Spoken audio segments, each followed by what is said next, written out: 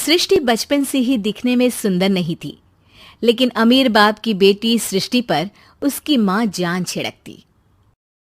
मेरी बेटी कितनी प्यारी है, भगवान सबको सृष्टि जैसी बेटी दे। सृष्टि धीरे धीरे बड़ी होती है। एक दिन सृष्टि की सहेली कहती है, तू दिखने में कितनी अजीब सी है, लेकिन मैं जानती हूँ हम सब में सबसे अच्छी शादी तो तेरी ही होगी। तेरे पापा अमीर जो हैं।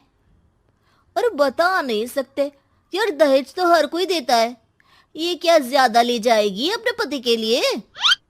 अरे बड़े शहर में कोठी है इसके पापा की। अरे पापा की है ना, कौन सी इसकी है? इसकी होती तब तो कोई भी लड़का इससे शादी कर लेता। अरे पापा की मतलब पापा की है तो मेरी ही है ना? किसने कहा? अब तेरी तो तब होगी ना जब तेरा भाई ना हो।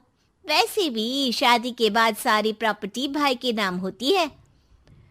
सृष्टि समझ जाती है कि उसे किसी भी हालत में माँ बाप की सारी प्रॉपर्टी को अपने नाम करना है, लेकिन कैसे? एक दिन सृष्टि का भाई शीनू कहता है, बहन क्या कर रही है? तुझसे एक बात करनी है। अरे हाँ हाँ करना, मैं तो तेरी बहन हूँ। बहन मेरी लाइफ में ना एक लड़की है, बहुत अच्छी है। मैं सोच रहा हूँ माँ और पापा से बात करूँ शादी के लिए। सृष्टि को समझ में आ जाता है कि भाई की शादी होते ही भाभी उसे एक दिन भी घर में बर्दाश्त नहीं करेगी। क्या बात है भाई, बताना कौन है वो? यार वो बहुत अच्छी लड़की है, पढ़ी लिखी है, मेरे साथ जॉब भी करती है। बस एक प्रॉब्लम है। प्रॉब्लम?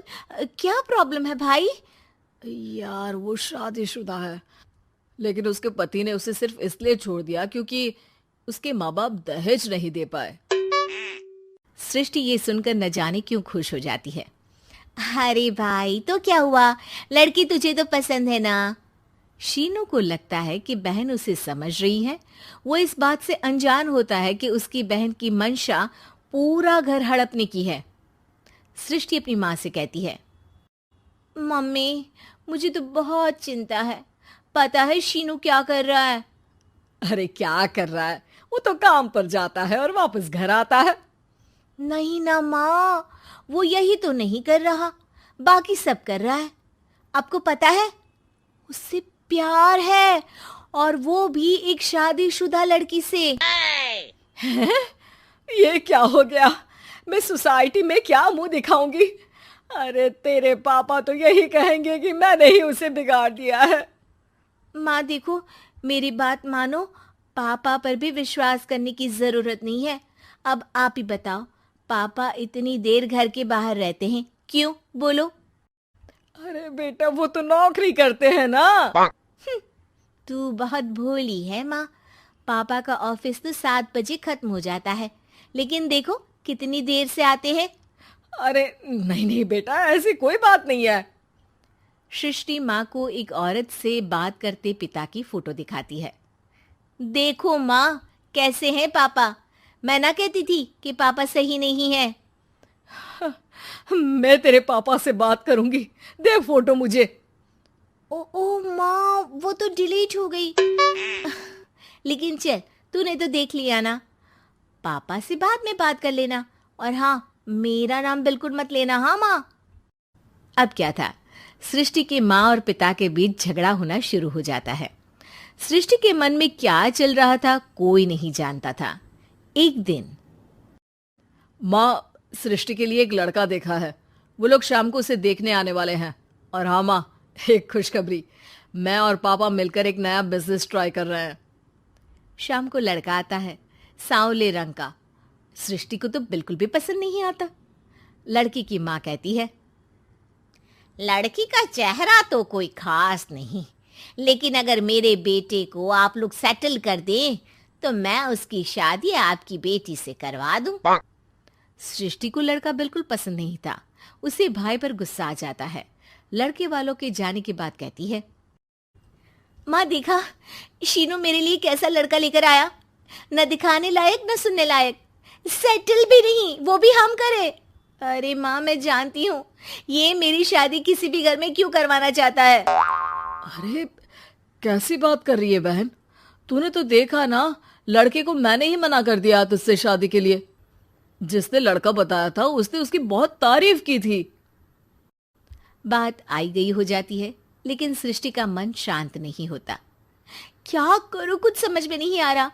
मेरी शादी हो गई तो ये लोग पूरी प्रॉपर्टी शीनू के नाम कर देंगे, मेरे हाथ तो कुछ लगेगा ही नहीं। तभी सृष्टि को आइडिया आता है। वो किसी वकील को फोन करती है। जी देखिए, अगर आपके मम्मी पापा का तलाक हो जाता है तो आपके पिता की आधी प्रॉपर्टी आपकी माँ के नाम हो जाएगी, फिर उसे वो किसी को भी दे सकती है। सृष्टि अब माँ को बेटे के खिलाफ भरती है। माँ, शीनू पर नजर रखा करो, वो जिस लड़की के प्यार में है ना वो शादीशुदा है। यहाँ आएगी, सारा पैसा रुपया जमीन जायदाद सब हड़प लेगी। पापा का भी हाल तुमसे छुपा नहीं है।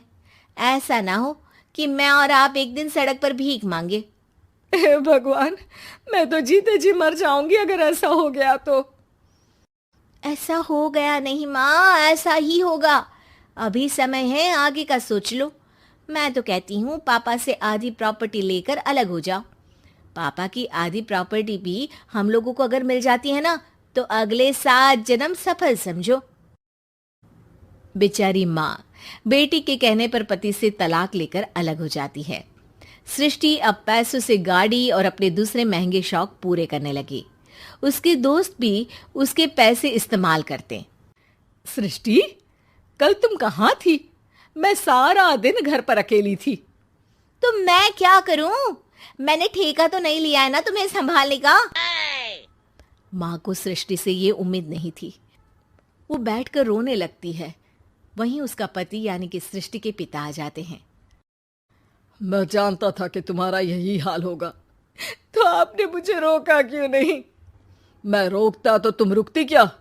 सृष्टि के कहने पर तुमने मुझ पर अपने बेटे पर शक किया, लेकिन तुम ये भूल गई कि कैसे हम दोनों ने मिलकर जीवन में इतना सब खड़ा किया। माँ पति के गले लग जाती है। मुझे माफ कर दीजिए, मैंने आपकी कमाई का एक बड़ा हिस्सा गवा दिया। कोई बात नहीं, तुम साथ हो तो मैं ऐसी 7 प्रॉपर्टी खड़ी कर दूंगा। तभी वहां सृष्टि आ जाती है रोते हुए। माँ, मयंक ने मुझे छोड़ दिया। वो बोल रहा था जब तक मेरे पास पैसे थे तब तक ही वो मेरे साथ था,